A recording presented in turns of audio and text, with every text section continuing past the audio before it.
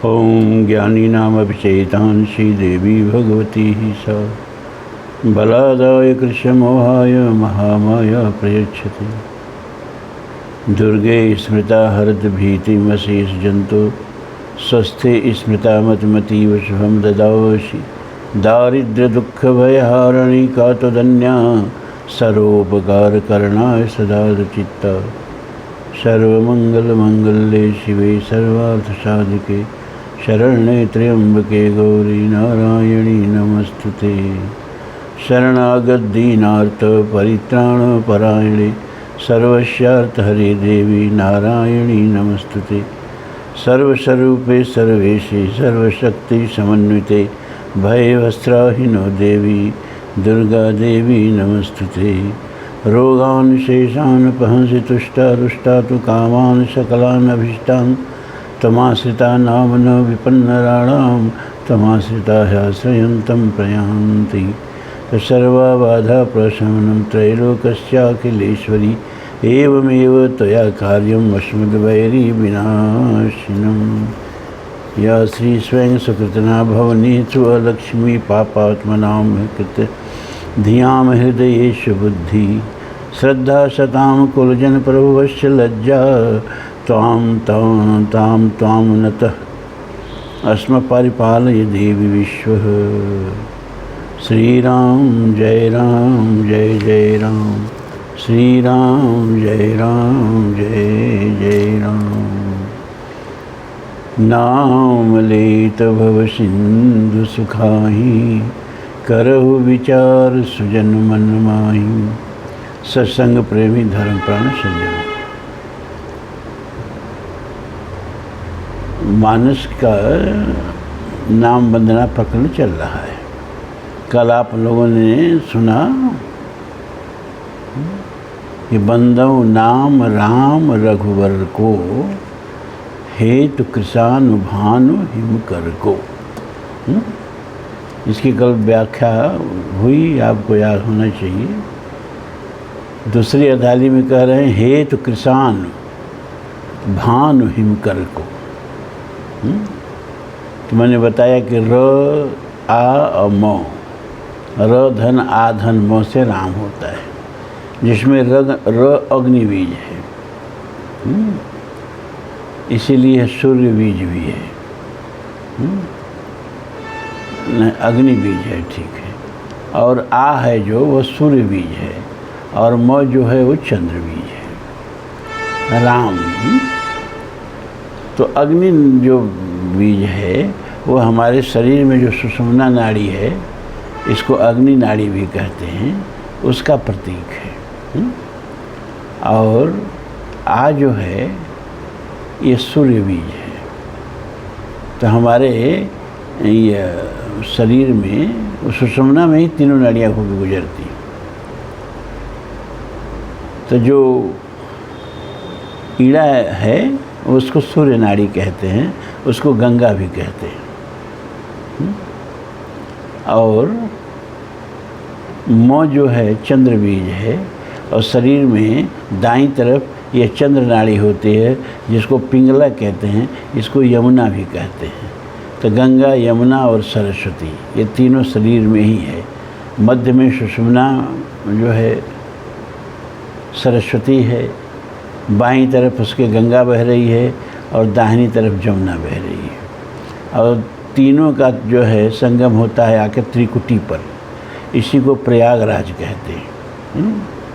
तो राम नाम के उच्चारण से इन तीनों नदियों के संगम में स्नान करने का पुण्य प्राप्त हो जाता है, क्योंकि तीनों धाराएं इसी राम शब्द में संगोपित हैं।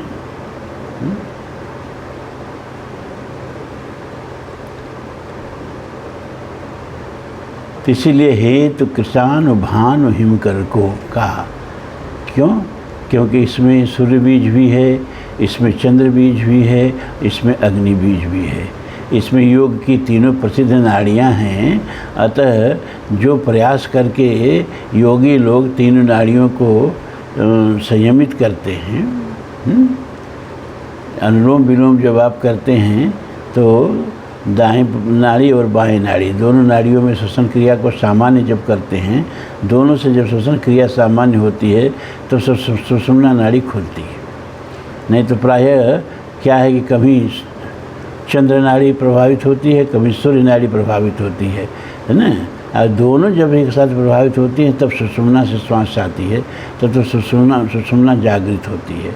और जब सुषुम्ना जागृत होती है तो इस पर जो खड चक्र हैं, पहला चक्र है नीचे सबसे मूलाधार, मूलाधार के बाद है स्वाधिष्ठान, स्वाधिष्ठान के बाद है मणिपुर, मणिपुर के बाद है अनाहत, अनाहत के बाद है विशुद्धाग्य, विशुद्धाग्य के बाद है आज्ञा। त्रिकुटी पर आज्ञा चक्र होता है, यही प्रयाग है। तो सभी चक्रों का जागरण जो है वो राम नाम के जाप से हो जाता है। अब अगली चौपाई जो है अर्धाली कहें इसको। अब आप लोगों को चौपाई और अर्धाली में अंतर समझ में आ गया है ना।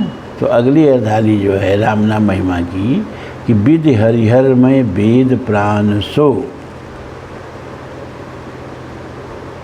अगुण अनुपम गुण निधान सो। अब इसका अर्थ बताएंगे हम। अब विधि हरिहरमय वेद प्राण सो,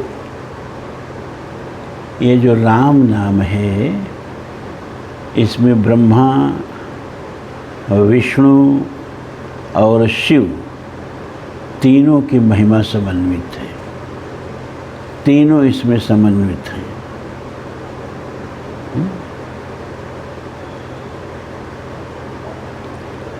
र जो है वो ब्रह्मा का बीज है, और जो है ये सूर्य बीज है ना, और वेद में सूर्य और नारायण दोनों को एक ही माना गया है, हैं? तो यह नारायण बीज हुआ, और म ये जो है शिव का बीज हुआ। तो ये र धन आ धन म, इसमें आ गए आपके ब्रह्मा, आ गए विष्णु भगवान, और क्योंकि विष्णु भगवान और सूर्य एक ही है, द्वादश आदित्य का है ना, ये विष्णु का ही रूप माना जाता है वेदों में। और माँ जो है ये शिव भगवान का बीज है। तो इस राम शब्द में तीनों देवता आ गए, तीनों देवताओं की शक्तियाँ आ गई। तो ब्रह्मा क्या करते हैं? ब्रह्मा सृजन करते हैं। विष्णु क्या करते हैं? पोषण करते हैं। और शिव भगवान क्या करते हैं? रुद्र रूप में संहार करते हैं। तो ब्रह्म के प्रतिनिधि बनकर के ये तीनों देवताएं अपना अपना कार्य करते हैं। ब्रह्मा सृजन का कार्य करते हैं, विष्णु मेंटेनेंस का, पोषण का कार्य करते हैं, और शिव जी जो हैं वो डिस्ट्रक्शन का, जहाँ ज़रूरत पड़ती है वहाँ विध्वंस का कार्य करते हैं, विसर्जन का कार्य करते हैं। और सृजन के साथ अगर विसर्जन न हो तो सृजन का कोई मतलब नहीं, और विसर्जन के साथ सृजन न हो तो विसर्जन का कोई मतलब नहीं, और सृजन और विसर्जन के साथ अगर संतुलन न हो तो इन दोनों का कोई मतलब नहीं। तो ये तीनों देवता जो हैं वो परमात्मा का, ब्रह्म का प्रतिनिधि बन करके और तीनों कार्य करते हैं, अपना अपना कार्य करते हैं। ब्रह्मा सृजन का, विष्णु पोषण का, और शिव जी विसर्जन का। और ये तीनों की शक्तियाँ जिसमें समाहित हों उसको परमात्मा कहते हैं, उसको परम ब्रह्म कहते हैं।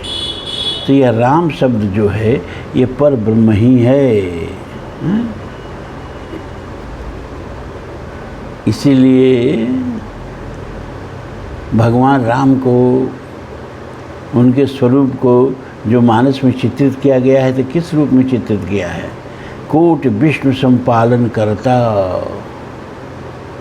कोटि रुद्र समसंहरता, विधिशत कोटि सृष्ट निपुणाई, शारद अमित कोटि चतुराई, राम काम सत कोटि सुभगतन, दुर्गा अमित कोटि शतमर्दन।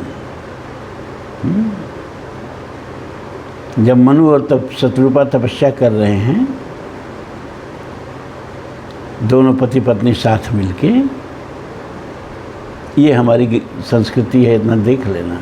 कि अगर पत्नी जिंदा है तो अब अकेले न तीर्थ करने के अधिकारी हैं, ना अकेले तपस्या के अधिकारी हैं, ना अकेले मोक्ष के अधिकारी हैं। ये बौद्ध धर्म में हो सकता है, ये जैन धर्म में हो सकता है, अपनी अपनी पत्नियों को छोड़ के लोग चल दिए।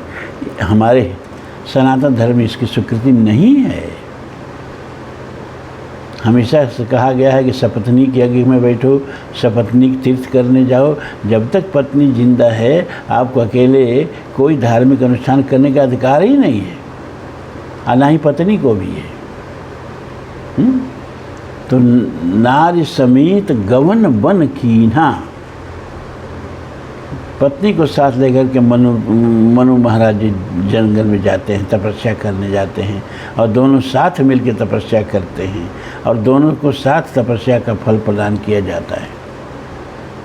तो जब इनकी घोर तपस्या देख कर के ब्रह्मा विष्णु शिव बार बार आते हैं और वर मांगो, भाई इतना कठिन तपस्या क्यों कर रहे हो, अस्थिमात्र हो ही रहे शरीरा, तदपि मनाग मनव नहीं पीरा। इतनी कठिन तपस्या क्यों कर रहे हो, तुमको क्या चाहिए, हम लोग आ रहे हैं ना, बताओ। ब्रह्मा ब्रह्मलोक से आए, विष्णु वैकुंठ लोक से आए, शिव जी शिवलोक से आए, और वर मांगो वर मांगो वर मांगो बार बार आग्रह किए। तुलसी लिखते हैं मानस में कि विधि हरिहर तप देखी अपारा, विधि हरिहर, विधि माने ब्रह्मा, हरि माने विष्णु, हर माने शिव। विधि हरिहर तप देखी अपारा, मन समीप आए बहुबारा। एक बार दो बार नहीं, बहुत बार आए, बहुत बार आए। काहे आए कि मांगहु बर बहु भात लुभाए, अपरम धीर नहीं चलहि चलाए। बर मांगो, लालच दे रहे हैं, जो मनोवांछित चाहो बर मांग लो। परम धीर नहीं चलहि चलाए, लेकिन नहीं, विचलित नहीं हुए मनु और शत्रुपा। अरे भैया तुम लोग चाहते क्या हो? न ब्रह्मा से कुछ नहीं मांगोगे, शंकर से कुछ नहीं मांगोगे, विष्णु से कुछ नहीं मांगोगे, तो किससे मांगोगे? अब इनसे बढ़ के कौन देवता आएगा? है? तो क्या बताते हैं, क्या उनके अंदर मनोकामना है? हैं? वो कहते हैं कि जिससे ब्रह्मा, जिससे विष्णु, जिससे शिव, अनेकों ब्रह्मा, अनेकों विष्णु, अनेकों शिव पैदा होते हैं, जिसके अनुशासन में अपना अपना कार्य करते हैं। वेदों ने जिस परमात्मा का वर्णन किया है, वो वेद वंदित और इन तीन देवताओं के भी जो स्वामी हैं, उस परमात्मा का हम दर्शन करना चाहते हैं कि शंभु विरंचि विष्णु भगवाना। मनु बता रहे हैं कि हम किसका दर्शन करना चाहते हैं कि शंभु विरंच विष्णु भगवाना, औपजहि जासु अंश ते नाना।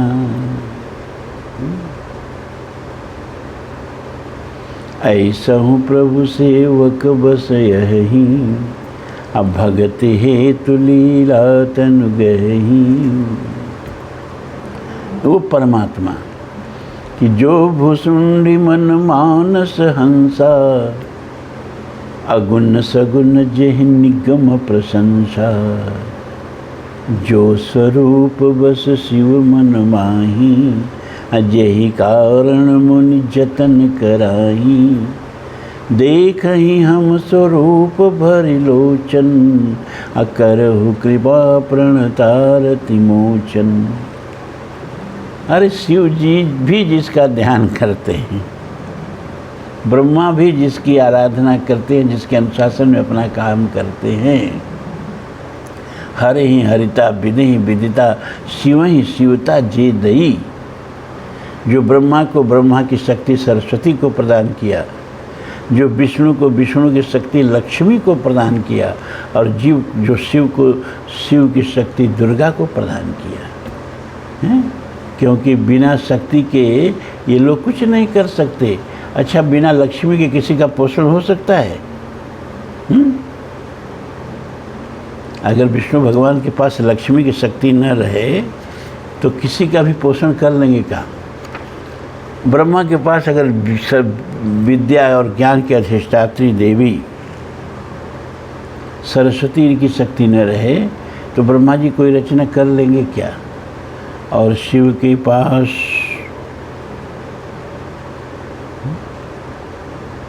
अगर दुर्गा की शक्ति न रहे, काली की शक्ति न रहे, या देवी सर्वभूतेषु शक्ति रूपेण संस्थिता नमस्तस्यै नमस्तस्यै नमस्तस्यै नमो नमः, तो शिव जी कुछ कर लेंगे क्या? शंकराचार्य ने सौंदर्य लहरी के पहले ही मंत्र में क्या कहा कि शिव शक्ता युक्तो यदि भवति शक्तः प्रभवितुम। शिव अगर शक्ति से युक्त होते हैं तब वह सब कुछ करने में समर्थ होते हैं। न चेदेवं देवो न खलु कुशलः स्पंदितुम अपि, और न चेत एवं देव, और अगर इस तरह से नहीं होते हैं, मतलब शक्ति से संयुक्त नहीं होते हैं, तो न खलु कुशलः, निश्चित रूप से स्पंदितुम अपि, यानी हिलने डुलने में भी असमर्थ हो जाते हैं। यानी शक्ति के बिना शिव भी शव हो जाते हैं। तो शिव ही शिवता हर ही हरता विदे विदता जे दई, वो हैं भगवान श्री राम। इसीलिए कहा कि उनके नाम में तीनों देवताओं का सामर्थ्य, तीनों देवताओं की शक्तियाँ समाहित हैं। आगे लिखते हैं तुलसी कि लोक लोक प्रतिभिन्न विधाता, अभिन्न विष्णु शिव मनुदिश त्राता। पार्वती सती जी क्या देखती हैं, भुसुंडी जी क्या देखते हैं? राम के उदर में ही नाना प्रकार के, राम उदर देखे जग नाना, कोटि कोटि ब्रह्मांड उस भगवान राम के उदर में ही देखते हैं। और लोक लोक में जितने लोक हैं, और कितने लोक हैं अनगिनत, और हर लोक के ब्रह्मा हैं, हर लोक के विष्णु हैं, हर लोक के शंकर हैं, लेकिन राम रूप दूसर नहीं देखा। लेकिन राम एक ही हैं।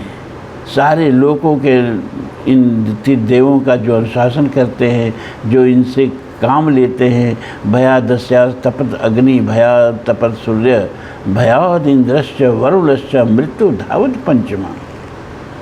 शीश झुकाकर किसकी सत्ता सब करते स्वीकार यहाँ, और सदा मौन हो प्रवचन करते वह जिसका अस्तित्व का।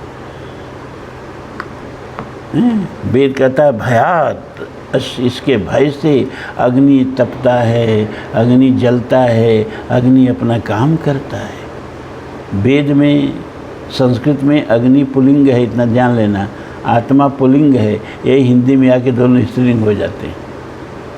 इसीलिए गीता में जो अनुवाद होता है, न आत्मा मरता है ना मारता है,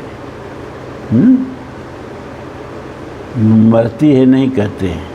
क्यों? क्योंकि संस्कृत में आत्मा पुल्लिंग है। तो भयात अस्य तपत अग्नि, जिसके भय से अग्नि अपना जलता है। भयाद तपत सूर्य, जिसके अनुशासन में, जिसके भय से सूर्य जो है वो प्रकाश बिखेरता रहता है। अपने काम में हारने से एक क्षण के लिए आराम नहीं, एक क्षण के लिए आराम नहीं। भयाद इंद्रश्च वरुणश्च, उसके भय से इंद्र और वरुण अपना अपना काम करते हैं। और मृत्यु घर घर दौड़ के झाड़ू उसी के भय से लगाती है, सारे सूखे पत्तों को झाड़ डालती है।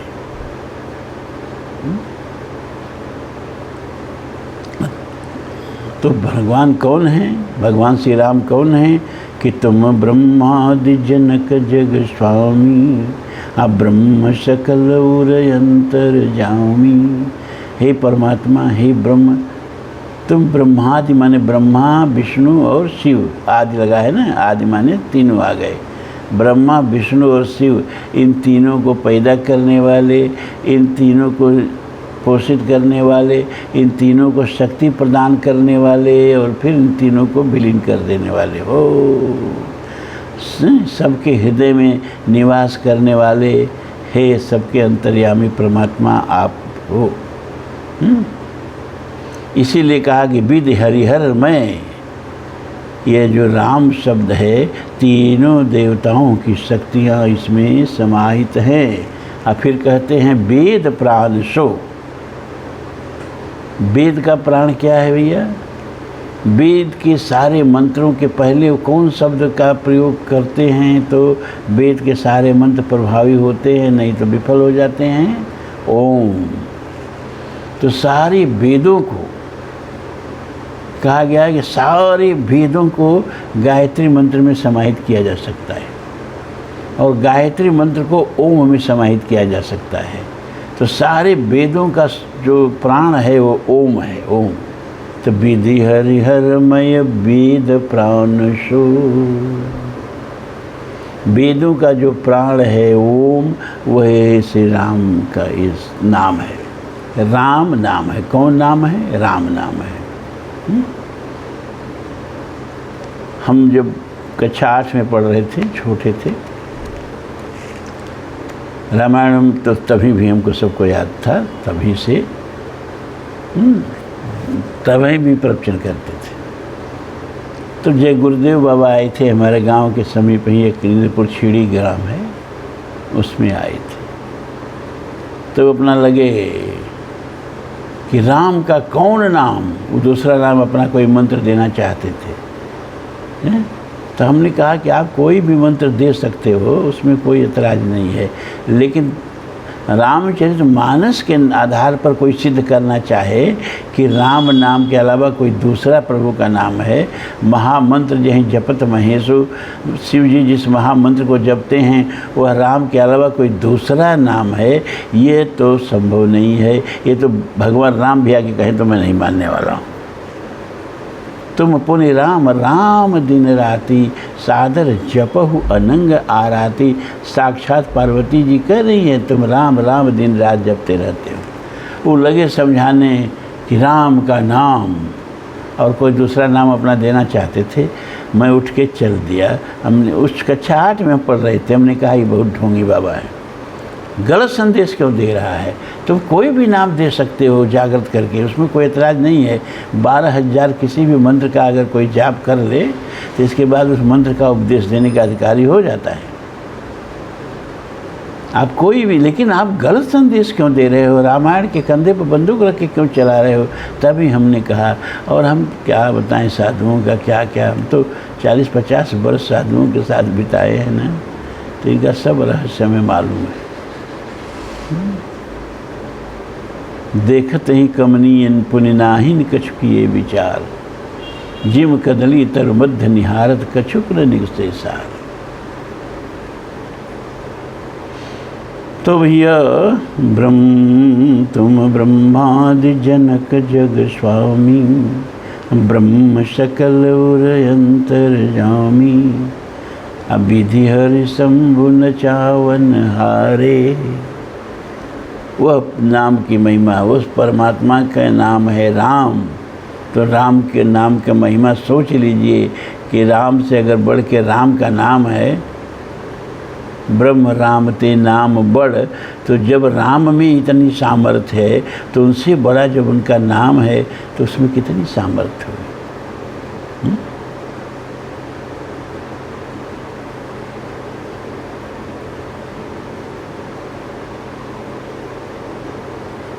तो फिर अगला अर्धाली है कि महामंत्र जोई जपत महेशु, काशी मुकुट हेतु उपदेशु।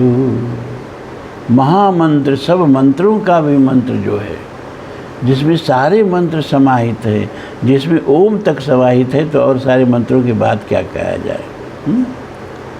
और 4 महावाक्य होते हैं, 4 वेदों का सार रूप 4 महावाक्य लिए गए हैं, और इन्हीं 4 महावाक्यों का निरंतर ध्यान करते रहना चाहिए।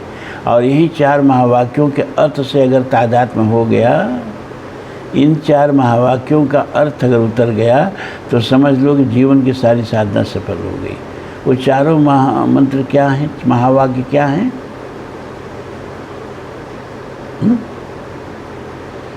तो ऋग्वेद का उपनिषद है ऐतरेय उपनिषद, और उससे ऋग्वेद का सार मंत्र लिया गया है प्रज्ञानम ब्रह्म।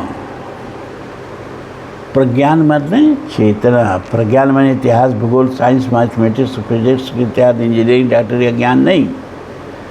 वह संबित शक्ति, वह चेतन शक्ति जो सारे कार्य व्यापारों का, सारे ज्ञान का, सारे बुद्ध व्यापार का, सब कुछ का दृष्टा है।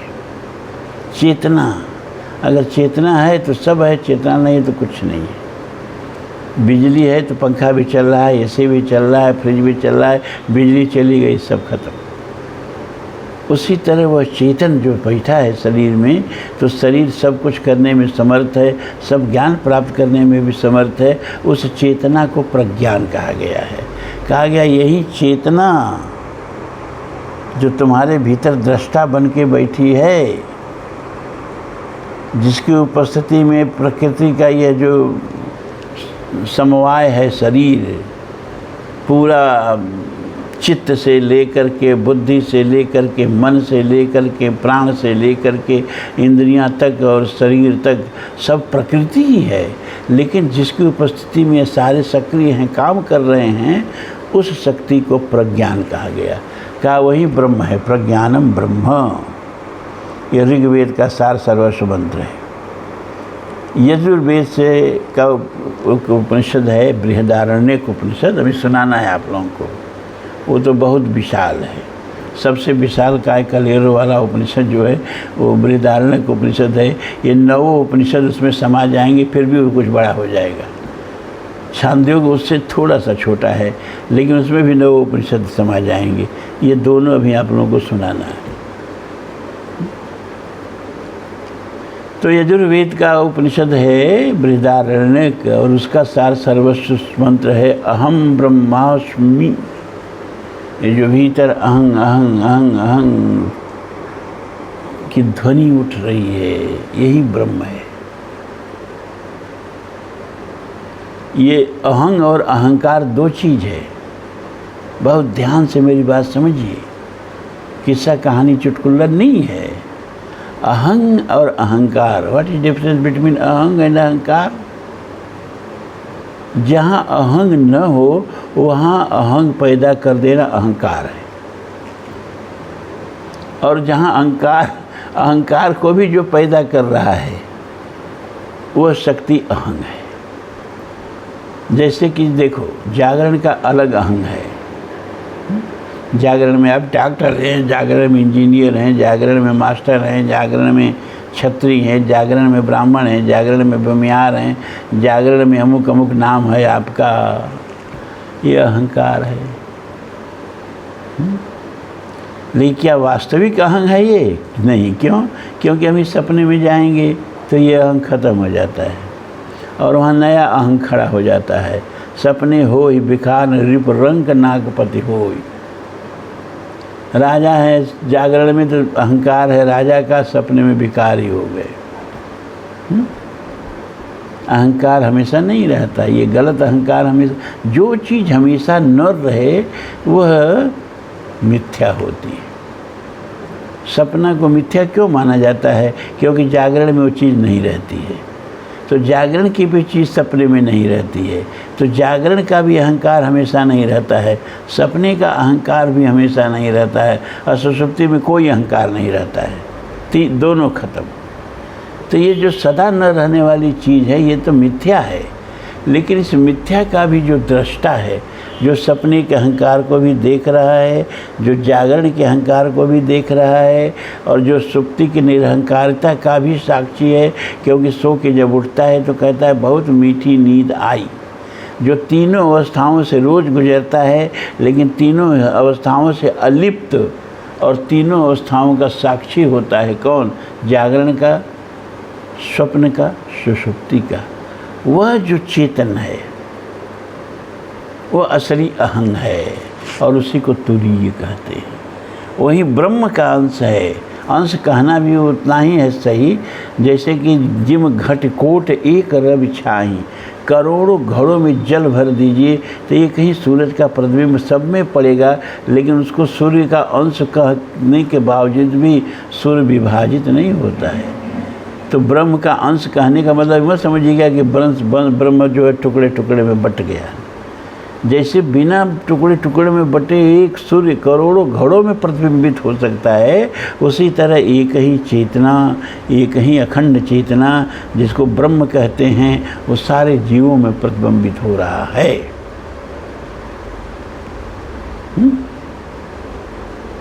तो अहम ब्रह्मास्मि और छांदोग्य उपनिषद है जो सामवेद का उपनिषद है, और छांदोग्य उपनिषद से एक महावाक्य लिया गया है, तत्त्वम असि तत्त्वमसि। अरे भैया तुम वही हो। इसका अर्थ जहद अजहद लक्षणा से लगता है। तत्त्वम असि का ये सेठ देवदत्त हैं, ये करोड़पति सेठ देवदत्त हैं जो आज गरीब बन गए, भिखारी बन के भीख मांग रहे हैं। तो देवदत्त के साथ जो दो उपाधियां लग गई, एक करोड़पति सेठ देवदत्त और एक भिखारी देवदत्त,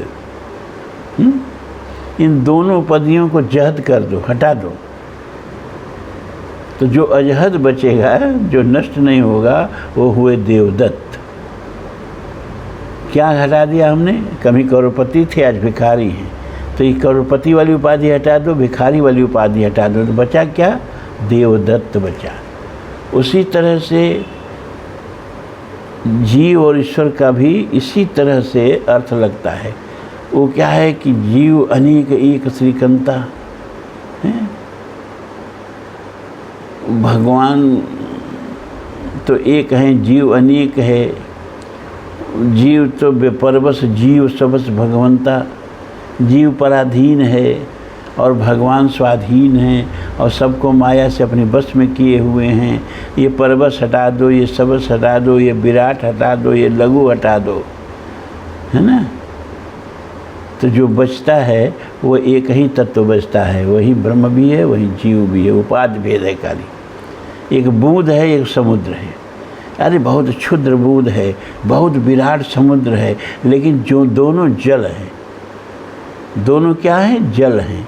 तो बूंद की क्षुद्रता हटा दो, समुद्र की विराटता हटा दो, तो तत्व केवल बचा। वो तत्व क्या है? जल। बूंद भी जल, समुद्र भी जल। मैं तो ही तो कहते हैं, याद नहीं आ रहा। तो ताहि नहीं भेदा, बार बीच इम गावहि वेदा। मैं तय तो हिता ही नहीं भेदा, अब बार बीच इम गावहि वेदा। जैसे लहर और जल कहने के लिए दो हैं, लहर भी जल ही है, जल से एकदम अभिन्न है। जल से भिन्न कर दो तो लहर बचेगी ही नहीं। उसी तरह ईश्वर और जीव एक ही हैं, कहियत भिन्न न भिन्न। ईश्वर से अलग हट के जीव का कोई अस्तित्व ही नहीं है। तत्त्वम असि, तुम वही हो। कौन? वो परमात्मा। ये छांदोग्य उपनिषद, सामवेद का सार सर्वस्व। और एक वेद होता है अथर्ववेद, और उसका उपनिषद है मांडूक्य उपनिषद। और मांडूक्य उपनिषद का महावाक्य है, अयम आत्मा ब्रह्म। ये आत्मा ही ब्रह्म है।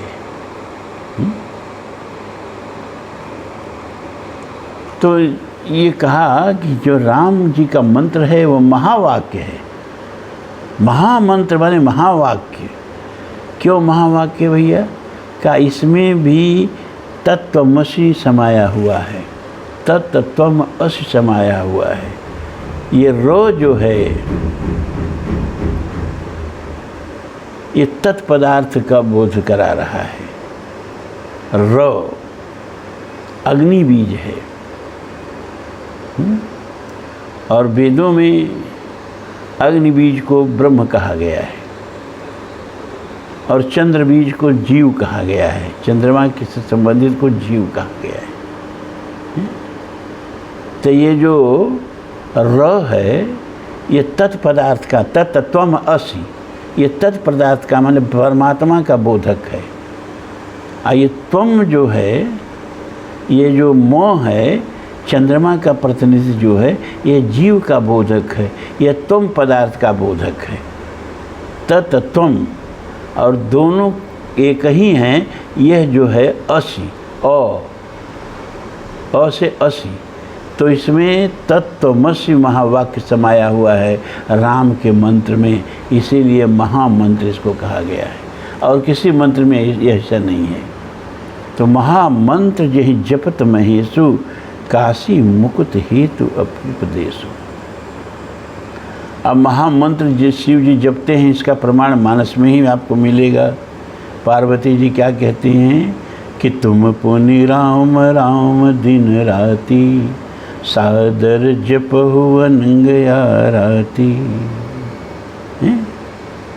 मानस में ही इसका उदाहरण है कि राम राम, देखिए राम नाम नहीं यहाँ है, राम राम शिव सुमिरन लागे, अजान्यु सत्य जगत पति जागे।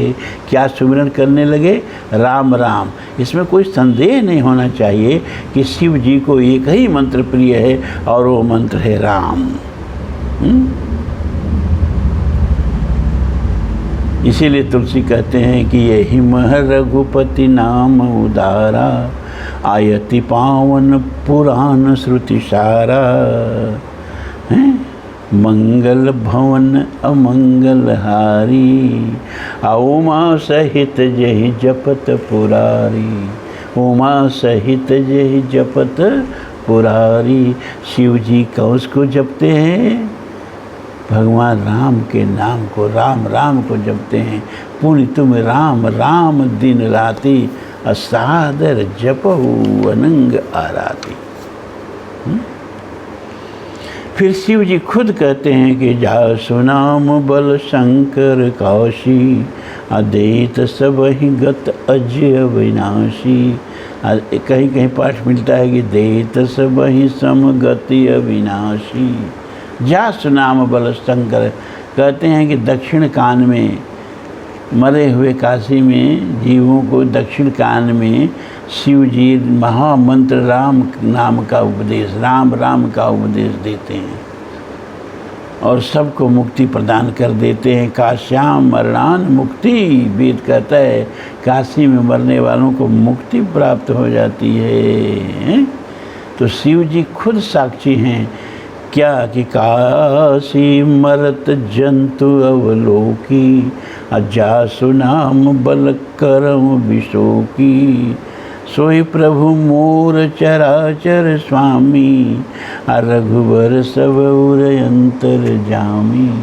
सोई प्रभु मोर, शिव जी का प्रभु कौन है? भगवान राम, चराचर स्वामी। तो जो शिव जी के प्रभु हैं उनका नाम है राम, महामंत्र नाम है राम। राम नाम से ही शिव जी सबको मुक्ति प्रदान करते हैं। और उपनिषदों में एक मंत्र आता है कि राम राम इति च जना ये जपन्ति ही सर्वदा, तेषां भुक्ति मुक्तिश्च भविष्यति न संशय। जो सदा राम राम राम राम राम राम, वेद कह रहा है कि नाम का जाप करते हैं उनको मुक्ति और भुक्ति दोनों प्रदान होती है,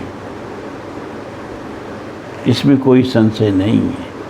मुक्ति, जिंदे जी भुक्ति और मरने के बाद मुक्ति, दोनों कौन मंत्र प्रदान करता है? राम नाम का, राम का नाम, राम मंत्र प्रदान करता है।